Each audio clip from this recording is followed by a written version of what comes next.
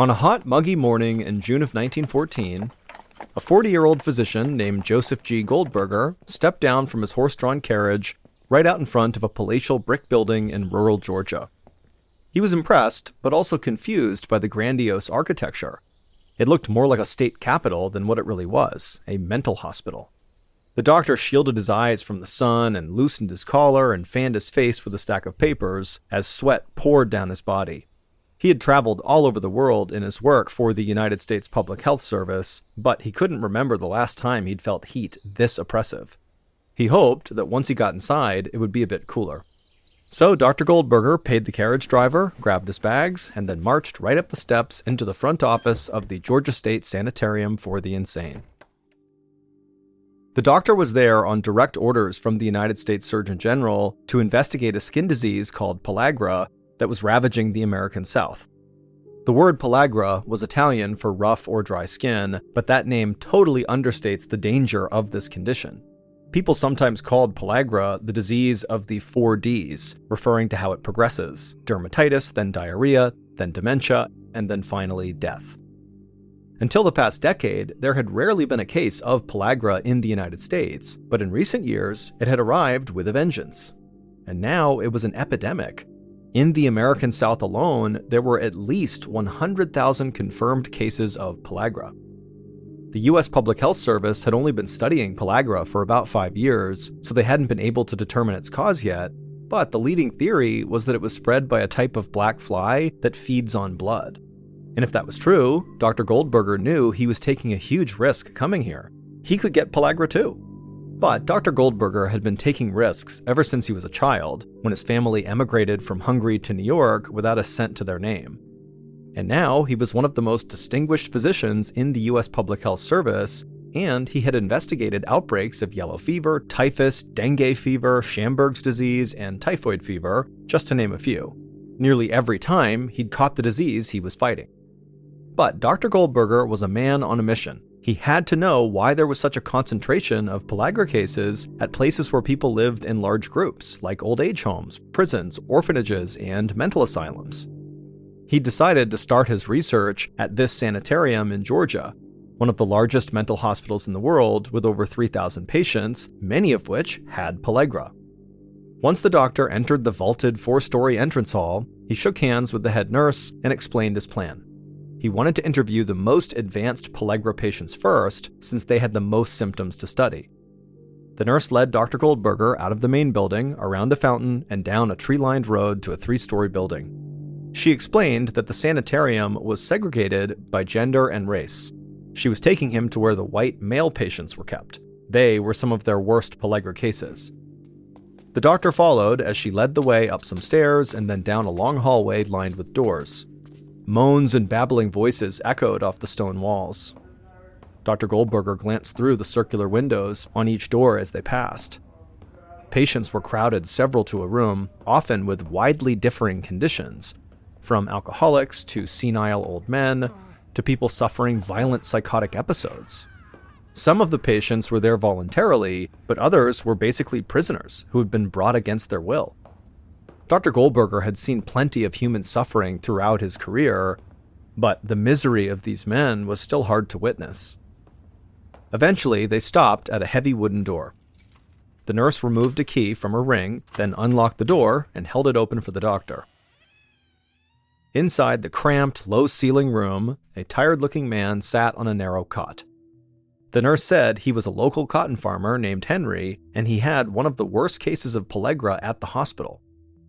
Dr. Goldberger flinched at the sharp smell of sweat and body odor inside of the room, and also at the farmer's appearance. His appearance reminded the doctor of medical photos he'd seen of leper colonies in India. The farmer's neck, hands, forearms, and feet were crusted over in this splotchy black mass. As the doctor stepped closer, he could see that the blackness was caused by scabbed-over blood from popped sores. The room was hot and stuffy. The only ventilation was a small window on the far wall. If pellagra was contagious, this was a terrible place to visit an infected patient. But Dr. Goldberger was determined to get to the bottom of this, so he braced himself for the danger ahead and then confidently walked over to the farmer and shook the man's hand. Dr. Goldberger said hello to Henry and asked to hear his story. Henry nodded and then told the doctor that he had admitted himself to the sanitarium a few months ago. At first, Henry thought the rash on his body was just a sunburn, but the rash had continued to spread even when he was out of the sun, and then when the strange, prickly feeling spread to his mouth, he realized this had to be something worse than just a sunburn. He was worried about his wife and his kids catching whatever he had, so he had come here. And this wasn't all. Henry now suffered from near constant diarrhea. He couldn't sleep much or taste food, and his motor skills were deteriorating. He sighed and said he knew there wasn't anything to be done. The staff had told him that since the cause of pellagra still was not known, that meant there weren't any proven treatments. There was very little they could do to help him. Dr. Goldberger asked Henry to stand up so he could examine him. But when the farmer tried to get up, his legs were so shaky he had to immediately sit back down. Dr. Goldberger was shocked to see firsthand what this disease could do to the human body in just a few months. Henry slowly raised his head to look at the doctor. His eyes had trouble focusing, and he spoke in a cracked voice as he explained his situation. His wife was too busy with their kids to actually manage the farm, and so every day Henry was here at the sanitarium was another day they were not able to tend to their crops. And if he was gone much longer, they would lose everything. Dr. Goldberger stared back at Henry and promised him that he would not stop until he discovered what caused his illness. After leaving Henry's room, Dr. Goldberger followed the nurse on a tour of the rest of the sanitarium. He interviewed dozens of men and women of different ages and races. Each case was tragic in its own way. Pellagra was relentless once it took hold. Seeing children covered in painful sores broke Dr. Goldberger's heart. It seemed like there was nothing anybody could do to help them. But what puzzled Dr. Goldberger the most was just how erratic this disease was. It didn't make sense to him why the pellagra hadn't spread further. In these hot, unventilated buildings, he would have thought entire wards would have caught it by now if it was contagious, but only a fraction of the residents were sick. That night, as Dr. Goldberger went over his notes in his room, he realized that the next step was to interview the staff. All 293 of them. The following morning, Dr. Goldberger was given a vacant office to conduct his interviews. He made sure the survey he would give each staff member was very thorough: how long each person had worked at the sanitarium, which ward they were stationed in, what their interactions had been with every patient, as well as everything about their daily routine. One after another, the staff came in, introduced themselves, and patiently answered every question, and all of them were smiling and very helpful. And for some reason, something just didn't seem right to Dr. Goldberger. An hour into the process, it struck him. None of the staff were sick in the slightest. These were people who worked in buildings full of patients with pellagra, yet none of them showed even a single symptom of having caught the disease. This made Dr. Goldberger wonder, was pellagra really contagious? The prevailing medical theory was that pellagra was an infectious bacteria carried by insects that spread the disease with their bites. If that theory was right, then why were these insects only infecting patients and not the staff? Black flies looking for blood will bite anyone. Dr. Goldberger suspected that something else besides black flies must be causing this disease. In fact, he wondered if pellagra was really an infectious disease at all. He almost laughed out loud with relief. This might be the first time in his career of fighting epidemics that he himself did not get sick. And so if this theory Dr. Goldberger was thinking about was correct, then it was totally useless to make people sick with pellagra stay in isolation. The much more important task was trying to figure out what was causing the pellagra in all these people. Thankfully, the hospital had a telephone. Once Dr. Goldberger wrapped up his interviews with the staff, he called the Surgeon General and received permission to continue his investigation. Dr. Goldberger wanted to inspect another hotbed of pellagra outbreaks, this time at an orphanage in Jackson, Mississippi. And as Dr. Goldberger headed to his room to pack, one of the nurses pulled him aside. She said she had bad news. Henry, the local cotton farmer, had just been found dead inside of his room. Dr. Goldberger shook his head. He wondered how many more people like Henry would die before he could figure out what was causing this horrible disease.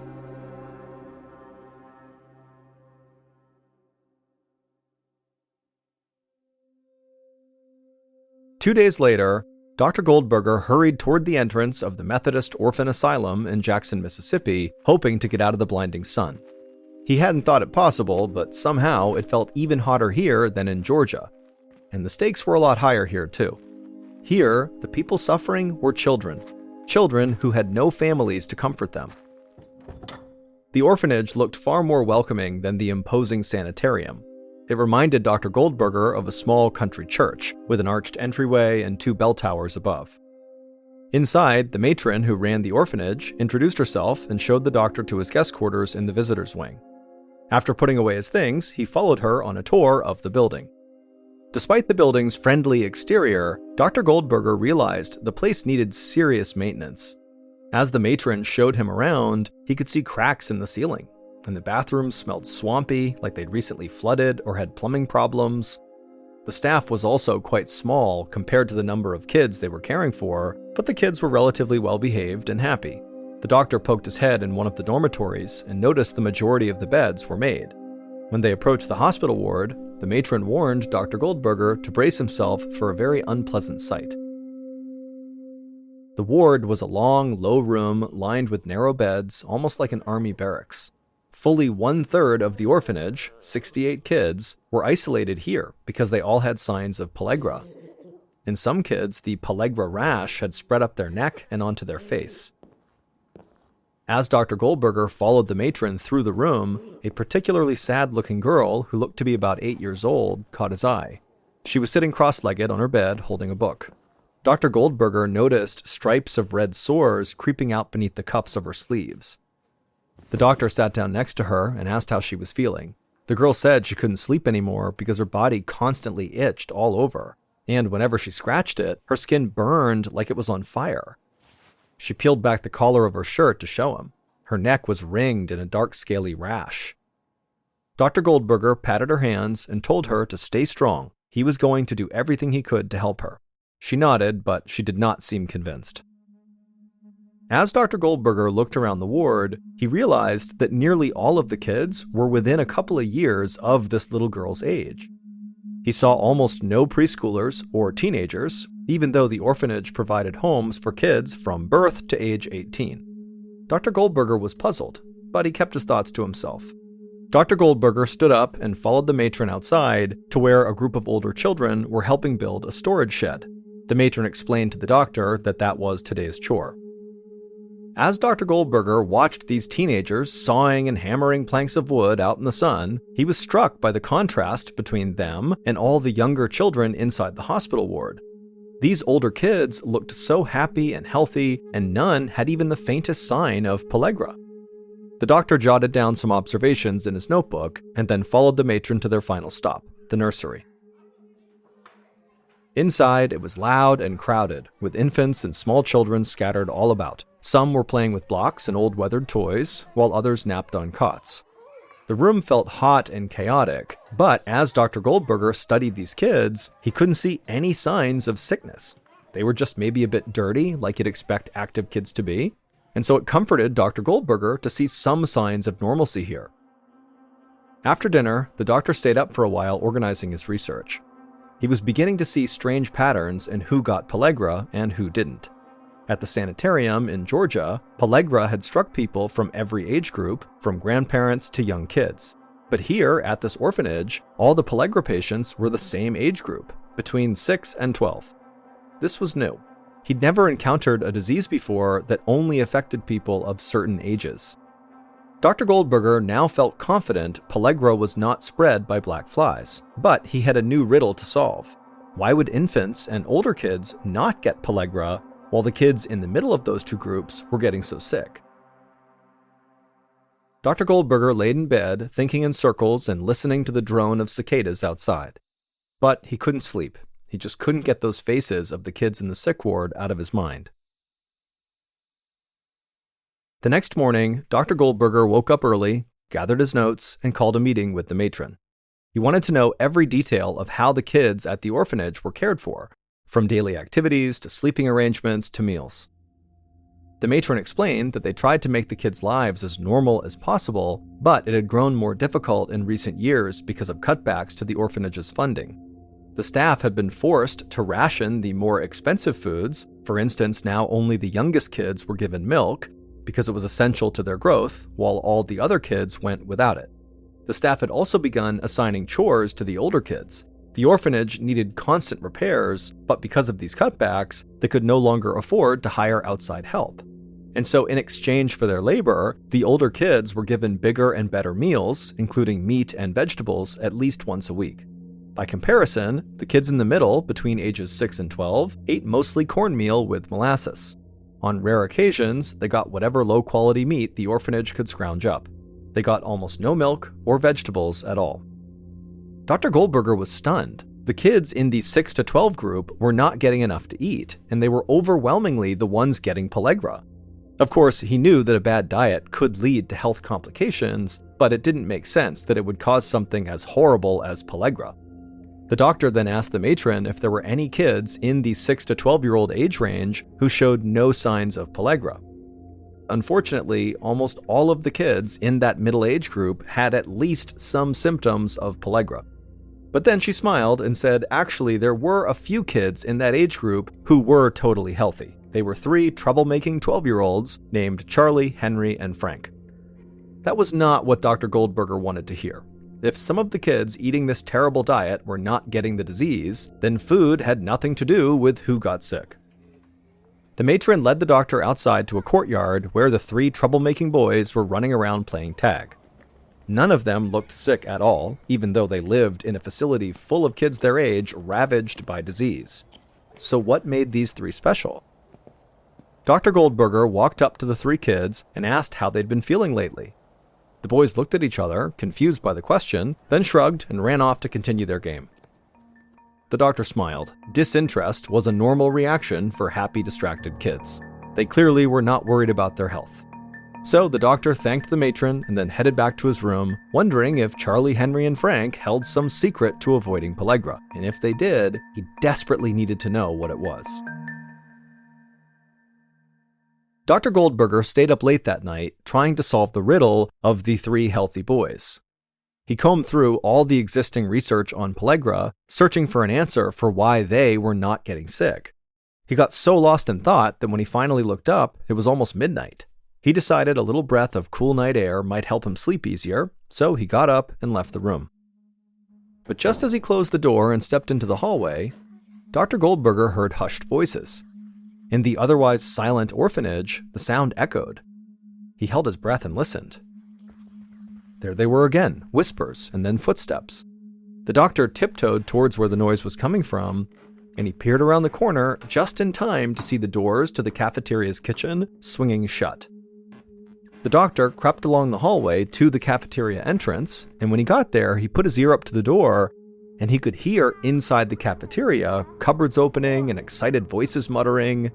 The doctor peeked through the gap between the double doors, and he stifled a laugh. The 3 boys from earlier, Charlie, Henry, and Frank, were raiding the pantry. Dr. Goldberger was tempted to leave them be, but he realized that whatever they were eating might explain why they had not caught pellagra. So he slipped into the kitchen and cleared his throat.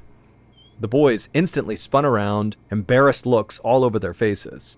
They'd been caught red-handed, and there was no hiding it. But Dr. Goldberger immediately assured them that they were not in trouble. In fact, he said, they could actually be a big help to him. All he needed to know was what they were eating. If they told him, he'd go back to his room, and this could be their little secret.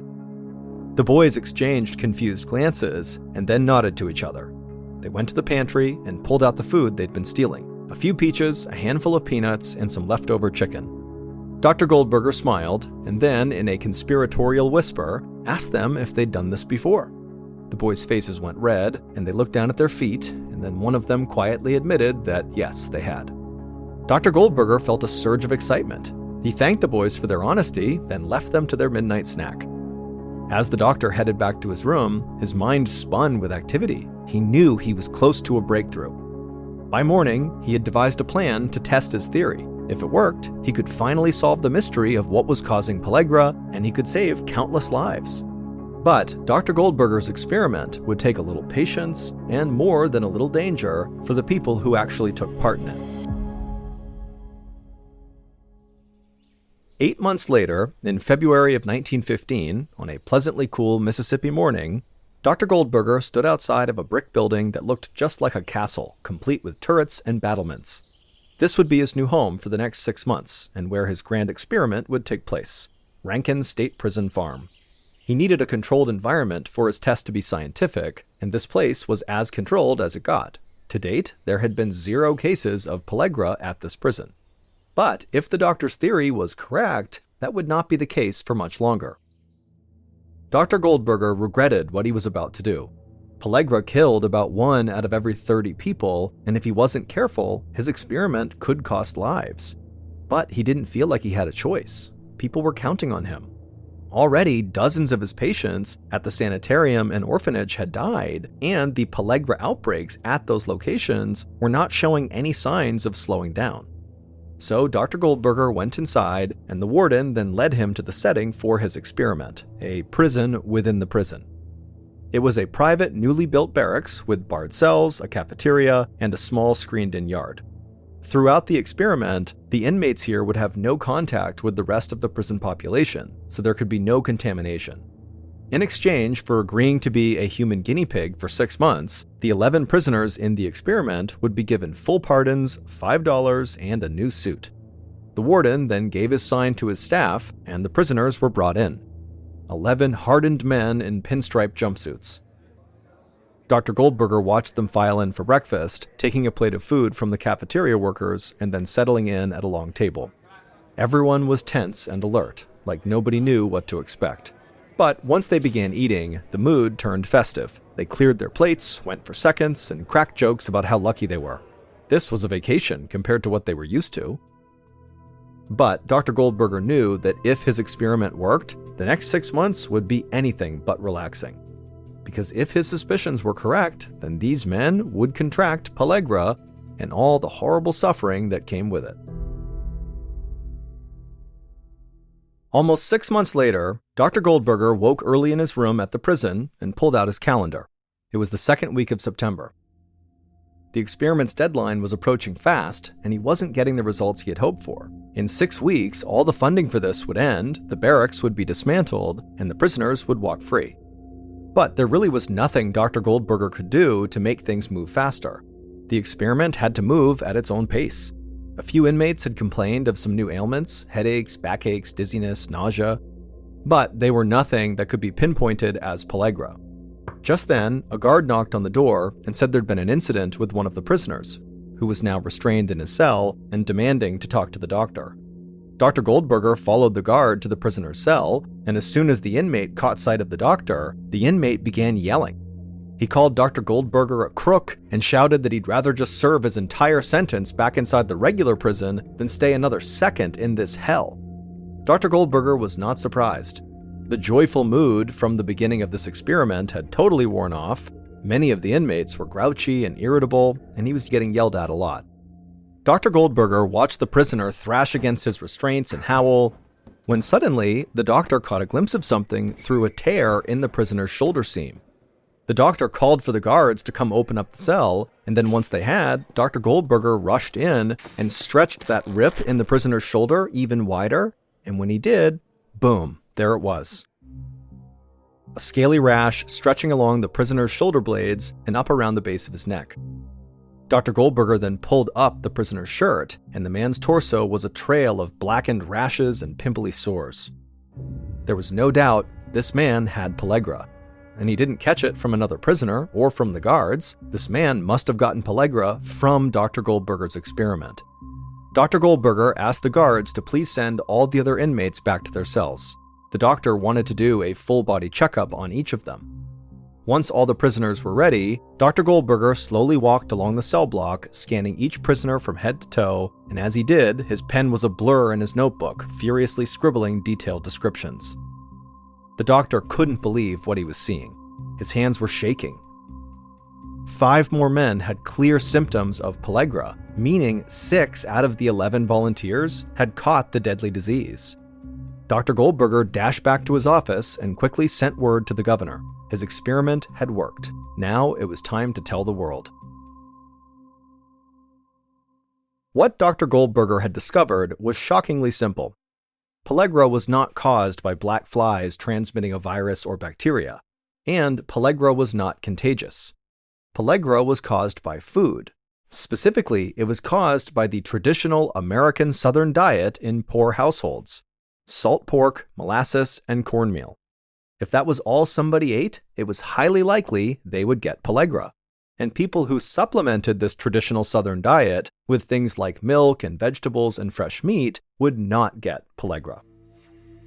Once these results were published, there were mixed reactions from the scientific community. Some wanted to nominate Dr. Goldberger for a Nobel Prize, but just as many doubted the experiment's results, in particular doctors and officials who lived in the American South. They felt like this northern doctor was criticizing their entire way of life. Dr. Goldberger was frustrated that people were questioning his discovery. After all, he had proven it with the experiment he ran at the prison. The prisoners who had volunteered to be a part of it had followed a strict diet of biscuits, gravy, cornbread, grits, rice, syrup, collard greens, and yams. They could eat as much of these foods as they wanted, but no other types of food. And this diet is what caused half of the prisoners to develop pellagra, just like the residents of the Georgia State Sanitarium for the Insane and the children between the ages of 6 and 12 at the orphanage. They all got pellagra from their diet. Still, while Dr. Goldberger had proven that a better, more varied diet was enough to prevent pellagra, he had not actually figured out why that was. It would take another 20 years until scientists actually proved what caused pellagra. It is caused from a deficiency of vitamin B3, also known as niacin.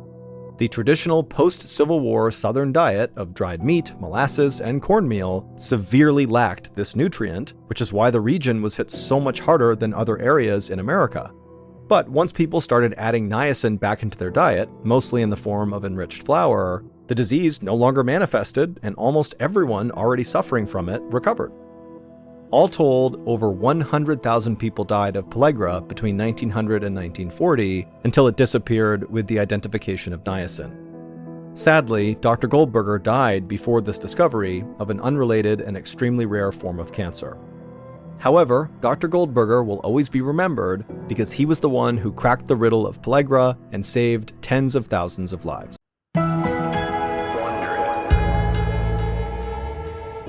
Located in the middle of America is a little town called Hartford, Wisconsin. Downtown, they have the biggest automobile museum in all of Wisconsin. They also have a bowling alley called Dave's Lanes, which sells cheap beer and the best frozen pizza in town. Around the corner from the museum and Dave's Lanes are two other very popular local spots. One is called Scoop DeVille, which is an ice cream parlor that's themed like it's the 1950s, and they specialize in raspberry sundaes. And the other popular spot is called the Mine Shaft, and it's this big family-friendly restaurant that offers comfort food and arcade games. On warmer days, you can find residents of Hartford out on the many walking trails of Woodlawn and Willowbrook, which are two big, very well-maintained parks that are right outside of the downtown area. And on virtually any day, whether it's warm or cold, you can find Hartford residents packed into the Shower Arts Center, which is a local theater, to watch the local theater troupe perform. But none of these attractions are why anybody knows about Hartford, Wisconsin. The reason we know about Hartford, Wisconsin is because of Jessie Blodgett. Jessie Blodgett was a miracle. She was born just outside of Atlanta, Georgia in 1994 to her loving parents, Buck and Joy Blodgett. And Buck and Joy, for the longest time, they couldn't have kids. In fact, they were kind of adjusting to their reality that they would not be able to have biological children when Joy discovered she was pregnant. The couple couldn't believe it. It was like the most incredible thing that either of them had ever experienced. Joy would give birth to Jessie at home with no drugs, no doctors, just Buck, his mom, and a midwife. And when little Jessie poked her head into the world for the first time, Buck and Joy fell instantly in love with her. Not long after Jessie's birth, the Blodgett family would leave Atlanta, Georgia, and move to Hartford, Wisconsin. And it was there, inside of their modest two-story home, about 5 minutes drive from the downtown, that Jessie would grow up. And it was also inside of that modest two-story home where many years later, Jessie would come face to face with a monster. Jessie was always someone the other kids looked up to. She was a brilliant musician who could sing, and she could play the piano and the violin. One of her very close friends growing up, a girl named Jacqueline Knights, said that whenever she went over to Jessie's house, she would walk in and have to yell at the top of her lungs just to get Jessie's attention because Jessie was permanently playing the piano. But Jessie's musical talents were not the only reason people were attracted to her. From a young age, Jessie became outraged by bullying and unfairness of any kind, and so very quickly she developed a very strong moral compass. She became a fierce defender of animal rights, environmentalism, sustainability, social justice, and ultimately ending violence against women. By the time she graduated from high school in 2012, Jessie had become very popular amongst her peers and also amongst teachers and parents. Jessie just came off as someone who was wise beyond her years. Jessie always talked about wanting to change the world, and after high school, she kind of figured out how she was going to do that. She decided she would study to become a choir director for either a university or a high school, because through that role, she would be able to teach and mentor upwards of 100 young lives every single year. So in the fall of 2012, Jessie would leave Hartford and head off to the University of Wisconsin in Milwaukee, which is about an hour southeast of Hartford, and there she would enroll in their musical education program. And during that first year at the school, Jessie did so well in that program that she was offered a talent scholarship for the following year. After wrapping up her incredibly successful freshman year in college, Jessie came back to Hartford, Wisconsin to live with her parents for the summer. Now, unlike other college kids that were back home for the summer, Jessie was not treating this break like it was a vacation. Instead, she decided she would just jump right into her musical education career.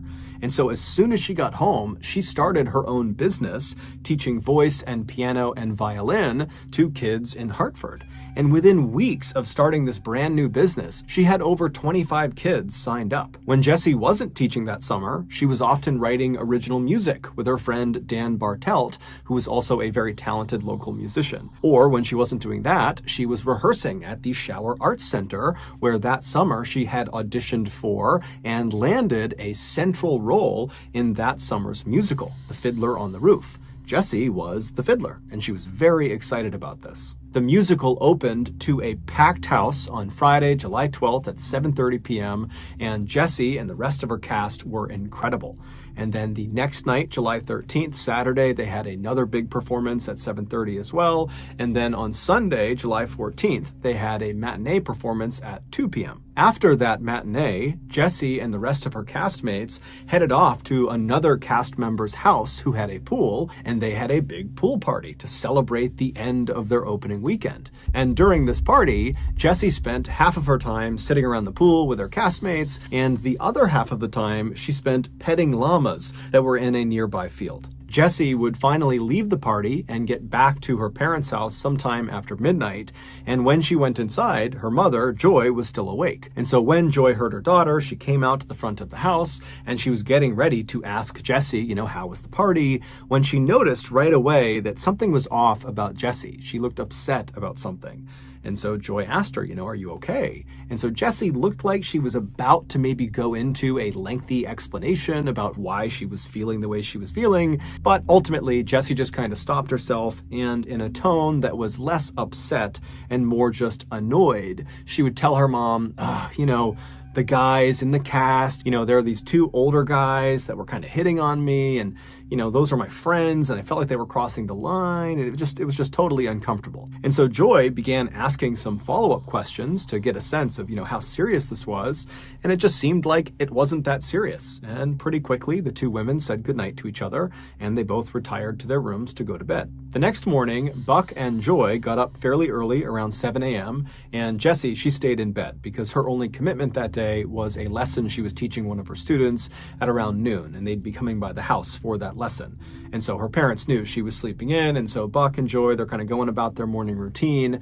Buck left ahead of Joy, probably around 7 or 7:30, and then at 8 a.m., Joy, right before she left the house, she brought some laundry up to Jessie's room. And so she opens Jessie's door, she goes inside, Jessie's asleep, and Joy, she puts the laundry down, and she considers going over and waking her daughter up just to say good morning and maybe goodbye.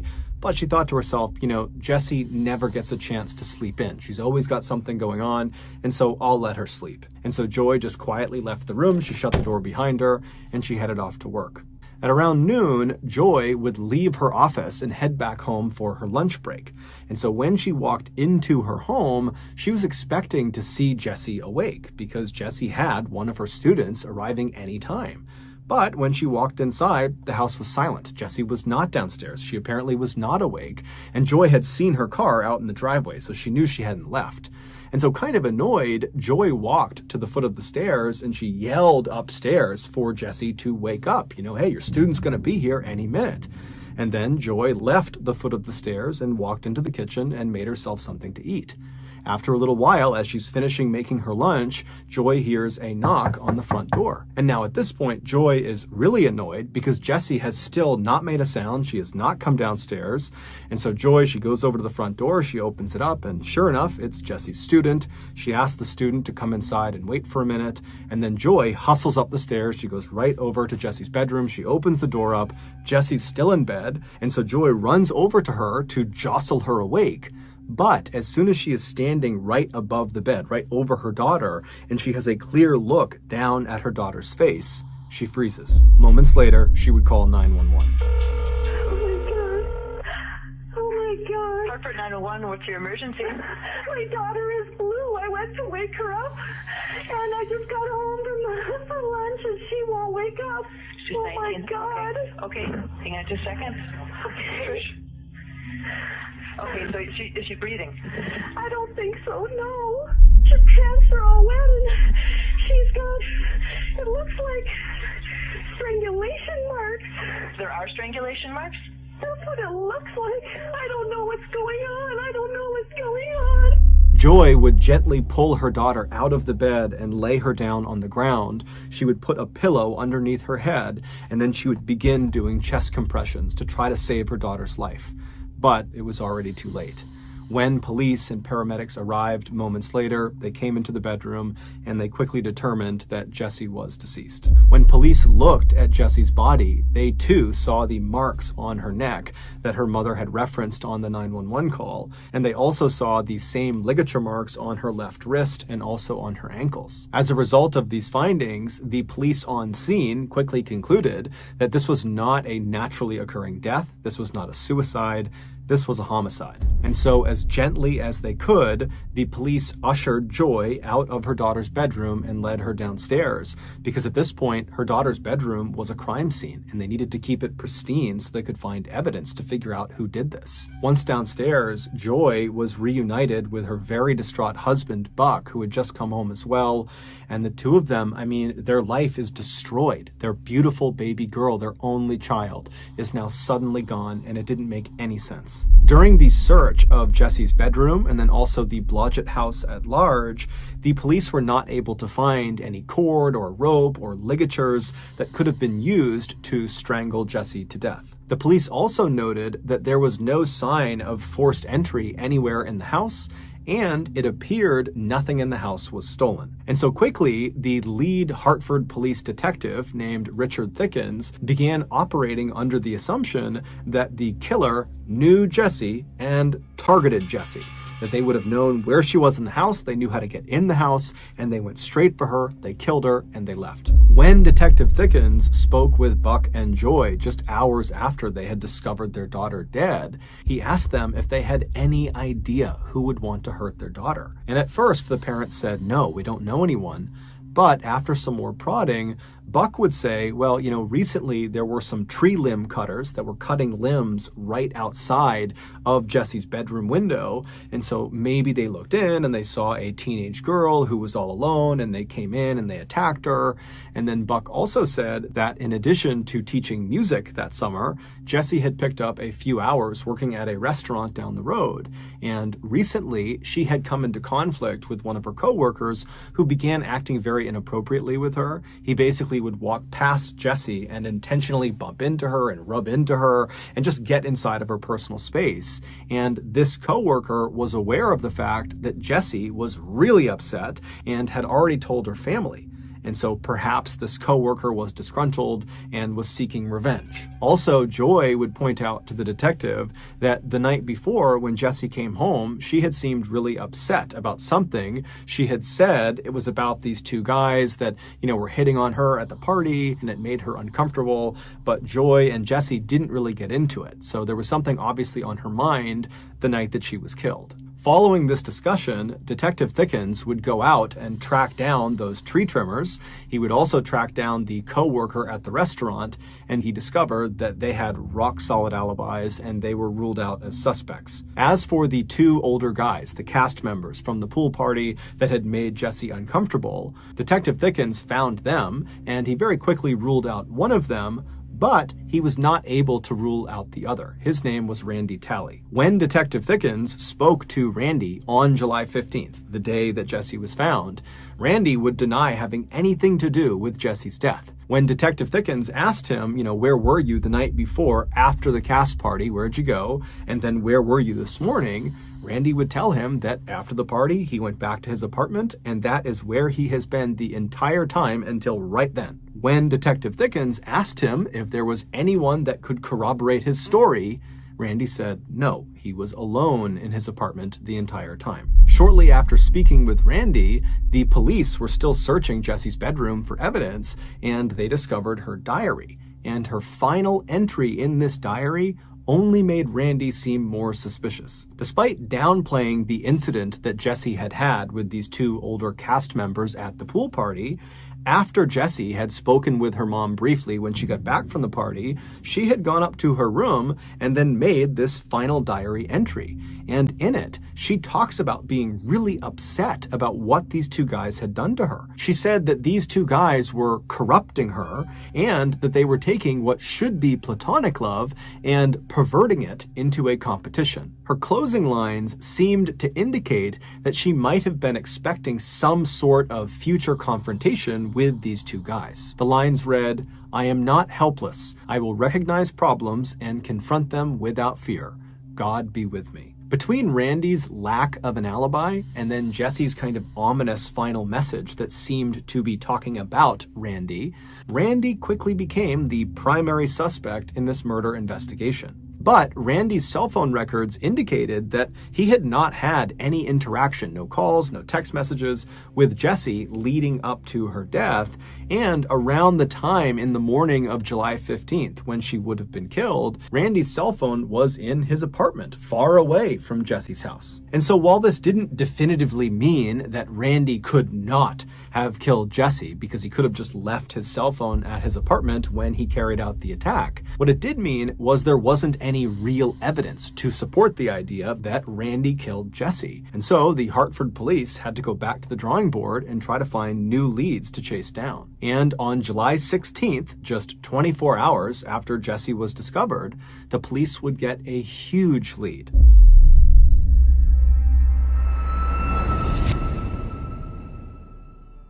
Before we finish our story, I want to tell you about today's sponsor, Current. Banking is still one of the very few industries that has yet to be modernized by technology. It's still dominated by a bunch of old companies that, if given the chance, would happily sneak into your house and replace all of your good socks with the type of socks that immediately slip down into your shoe after only a couple of steps. But Current, even if they wanted to screw with your sock drawer, they couldn't. They don't have time. They're too busy being the future of money management.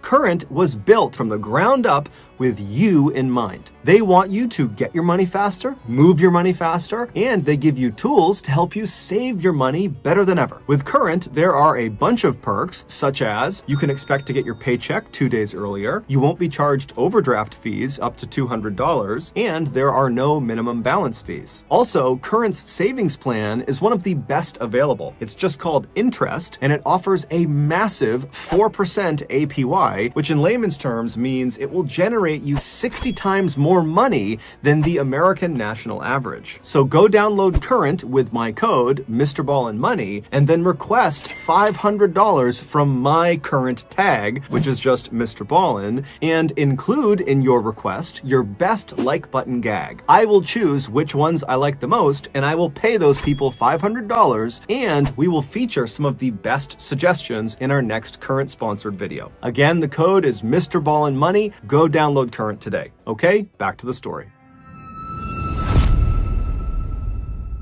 3 days before Jesse was killed, a young woman about the same age as Jesse, named Melissa Richards, decided to take her dog for a walk in a park in Richfield, Wisconsin, which is a small town about 10 miles southeast of Hartford. When Melissa pulled her car into the dirt parking lot that connected to the walking trail she intended to go on, she noticed there was only one other car parked in this lot, and it was immediately on her left, pointed nose away from the entrance. It was this blue minivan.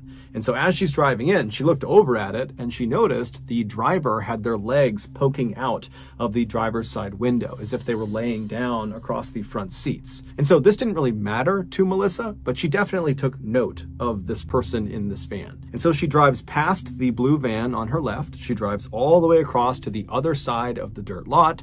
She parks her car, she hops out, she gets her little dog Remy out of the car, and then she walks away from the parking lot and heads onto the walking trail into the woods. The trail that she was walking on was basically a big loop that ended at the entrance to the dirt parking lot. And so when she was done with her walk, she would be walking directly across the entire parking lot, which would mean she would be walking on foot past that blue minivan if it was still there when she was done.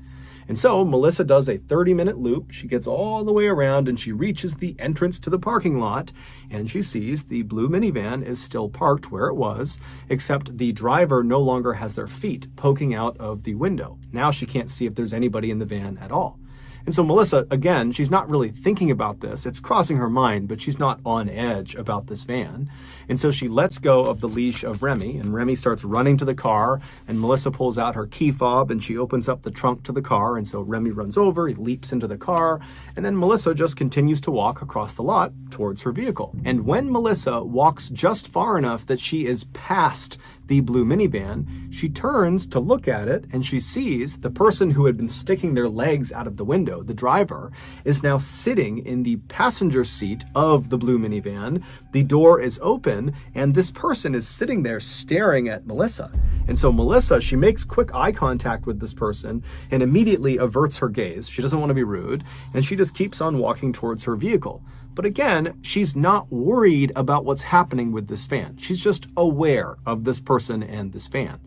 But after averting her gaze, she hears the sound of someone running towards her from behind.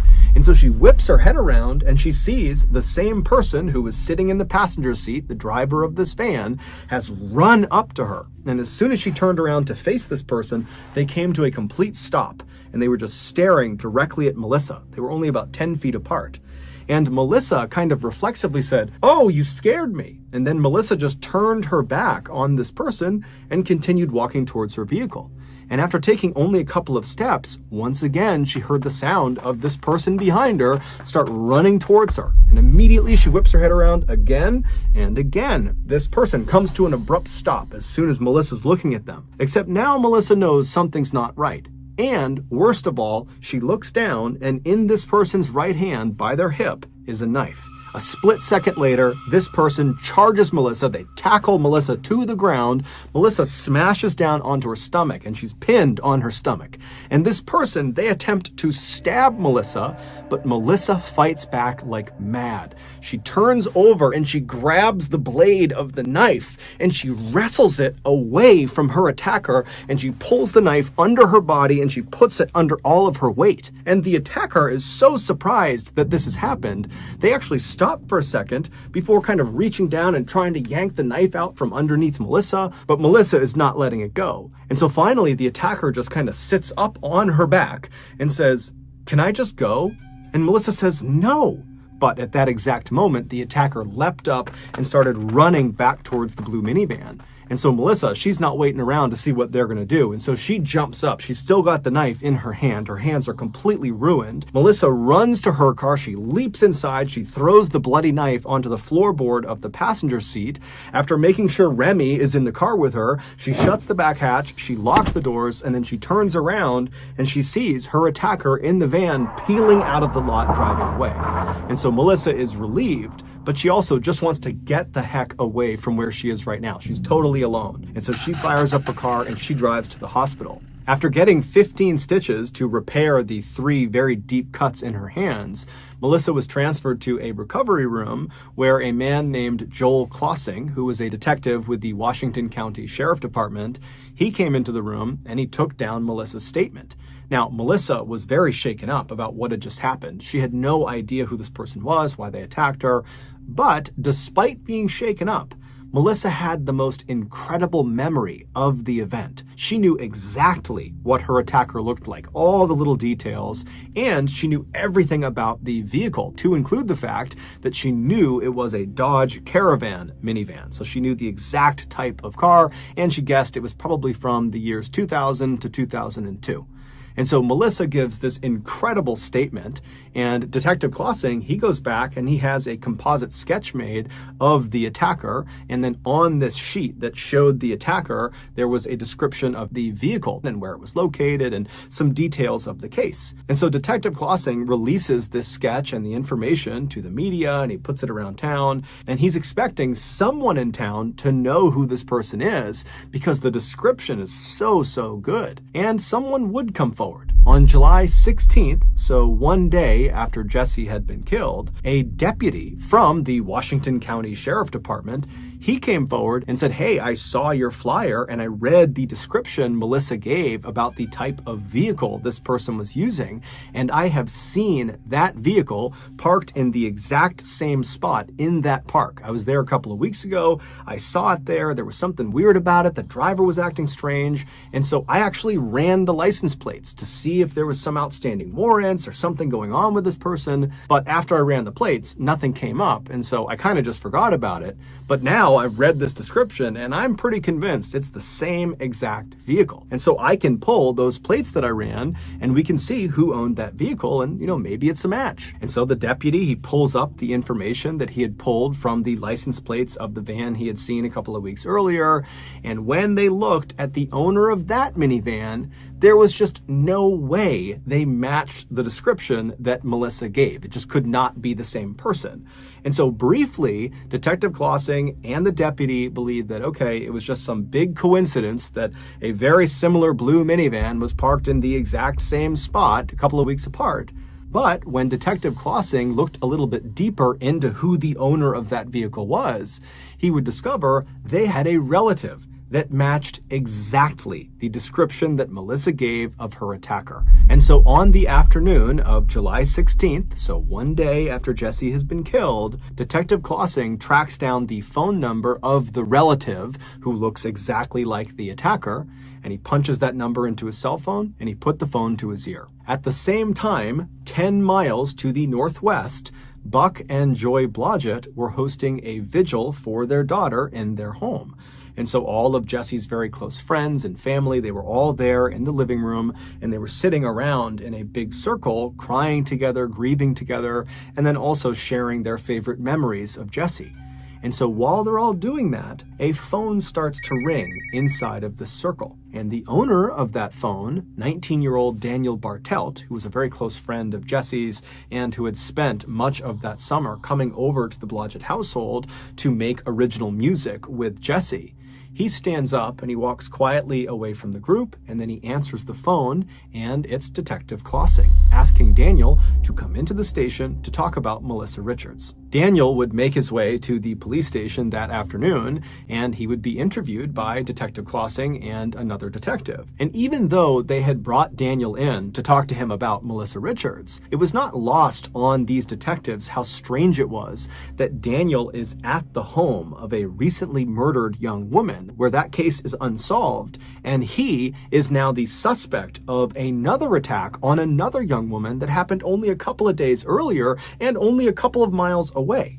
And so as soon as Daniel sits down, Detective Klossing kind of casually asks him, "Hey, why were you at Jesse Blodgett's house when I called you?"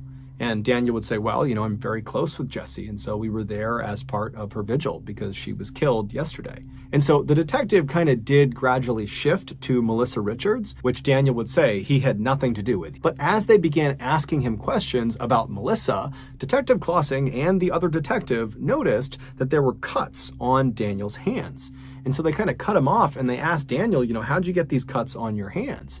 And Daniel was very quick to say, well, I got them at work. A screw kind of jutted out and cut my hands. I move inventory around in a back room of an engineering company. That's my job. And, I just cut my hand at work. And so at that point, the police began really asking very pointed questions about exactly how he hurt his hands and what exactly did he do at his job. And at some point, when it just seemed like there was something off about his story about how he hurt himself, one of the detectives just says to Daniel, if I were to call your employer, this engineering company, would they say you, Daniel, are currently employed with them? And Daniel, he kind of paused for a minute and then said, no, I actually lost my job several weeks ago. And so now the detectives knew he had to be lying about how he cut his hand because he's just told them that he hurt it at work recently, but he wasn't employed recently. And so Detective Clausing kind of leans in and says, Daniel, so how'd you really hurt your hand? And so Daniel, he begins talking about how he cut it cooking. And Detective Clausing is like, Daniel, nobody would lie about cutting their hand cooking. So why don't you just tell us the truth? And amazingly, Daniel would. He would admit, after some serious pressure, that he hurt himself attacking Melissa Richards. He told detectives that after he lost his job a few weeks earlier, he didn't want his parents to know he had lost his job, and so he had just continued getting up early and leaving the house and coming back later in the day, kind of acting like he had been at work all day, when in reality all he was doing was driving around town and sometimes going to parks and just sitting in parking spots in parks. And so on July 12th, the day that Melissa was attacked, that's exactly what Daniel was doing. He was pretending to be at work by sitting in that parking space in that dirt lot in Richfield. And at some point, he saw Melissa and he decided he just wanted to attack her. He told detectives that recently he had become overwhelmed in college, and so he had dropped out, and then he lost his job. And so combined, he was just feeling kind of scared of life. That's how he described it. And so he wanted somebody else to feel scared too. And so that was why he said he attacked Melissa. But despite admitting to this vicious, violent crime against Melissa Richards, Daniel, when asked if he had any connection to the Jessie Blodgett murder, he would say, absolutely not. I love Jessie. I would never hurt her. But when Detective Clausing reached out to Detective Thickens of the Hartford Police and told them you should look at Daniel as a potential suspect in your murder case, it would quickly come to light that Daniel was lying again. Daniel was raised in a good, loving family. He was extremely smart, straight-A student. He was an incredible musician, and he was really well respected by his peers and even by his teachers and other instructors. I mean, this was a kid who had everything going for him. But something went wrong with Daniel, and no one knows exactly why. Shortly before he attacked Melissa, Daniel had become obsessed with killing and death and murder. His internet search history shows that he spent a lot of time looking for actual snuff videos online. Those are videos of actual murder. He also spent a lot of time looking up serial killers and spree killers, and he was especially interested in anybody who killed lots and lots of women. And then finally, right before he would attack Melissa, Daniel, based on his search history, had discovered this one particular pornographic snuff film, and it was of this woman who was all tied up and hogtied, and after being assaulted, she was strangled. And Daniel watched this video over and over and over and over again. On that day, July 12th, as Daniel is pretending to be at work, he's sitting in his car, he looks out and he sees Melissa, she's all alone, and something clicks in his head where he decides he's going to go reenact that wretched pornographic snuff film on Melissa. And so Melissa was likely just at the wrong place at the wrong time. Recovered in that dirt parking lot after the attack was this special, very strong tape that had been in Daniel's pockets during the attack. It had just fallen out. And so it's believed he was going to use that tape to subdue Melissa and then abduct her. But obviously Melissa fought back and Daniel got spooked and ran off. 3 days later, on July 15th, it's believed that Daniel decided he wanted to try again. He wanted to act out this pornographic snuff film, but in real life. And this time, he wasn't going to leave it up to some random victim. He needed his victim to be totally helpless. He needed his victim not to fight back. And who better than 19-year-old Jesse Blodgett, his close friend who inherently trusted him and would easily let him into her house, into her bedroom. It wouldn't matter if she was all alone because she felt safe around him. Based on eyewitness testimony of someone who was driving through the Blodgett neighborhood on the morning that Jesse was killed, it's believed Daniel arrived in the driveway of the Blodgett household just a few minutes after Buck and Joy had left for work. And so he pulled into the driveway knowing that Jesse was all alone. We don't know exactly what happened inside of that house. We don't know if Jesse came down and opened the door or if she was still upstairs sleeping. But Daniel, he entered the house, and when he went inside, he was prepared for what he was about to do. He literally had a bag full of supplies. Things like that special tape, there were ligatures, cords, ropes, there was alcohol wipes, zip ties. And so he makes his way upstairs to Jesse's bedroom, and then once he's in there, we don't know if Jesse was awake or sleeping at this time, but either way, Daniel jumped on top of her and immediately put a homemade ball gag into her mouth and then wrapped that special tape around her head to make sure the gag stayed in her mouth.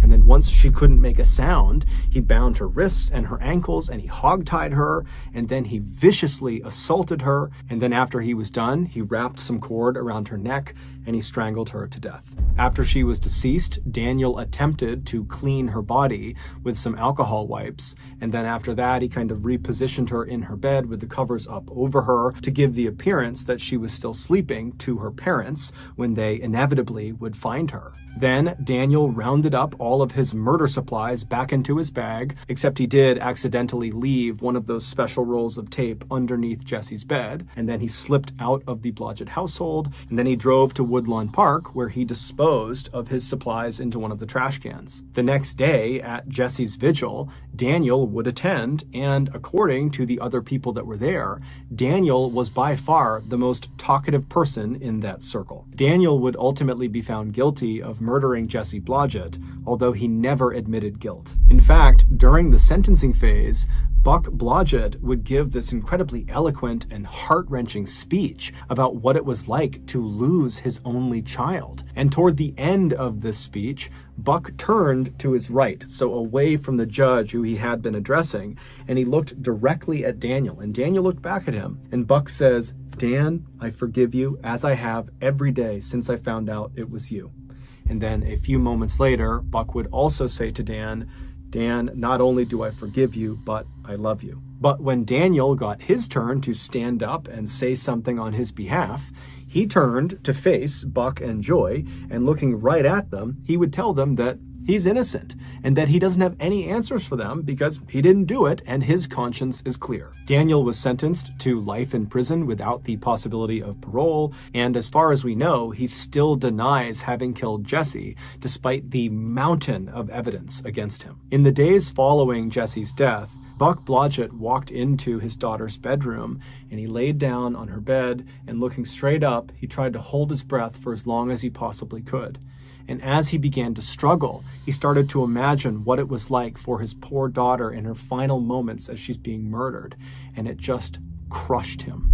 He thought to himself, I wasn't there for my little girl when she needed me the most. But instead of just carrying that terrible burden around with him for the rest of his life, Buck and his family decided they had to do something to honor their daughter's memory and maybe even change the world, which was something that Jesse always talked about wanting to do. And so Buck would go on to start the Love is Greater Than Hate project, which is this incredible charity whose mission is designed to end male-on-female violence and to inspire love over hate. Buck's charity is a recipient of a MrBallen Foundation grant, and if you have been moved by the story in some way, I would highly encourage you to contribute to Buck's charity. You can find the link to their website below where you can donate.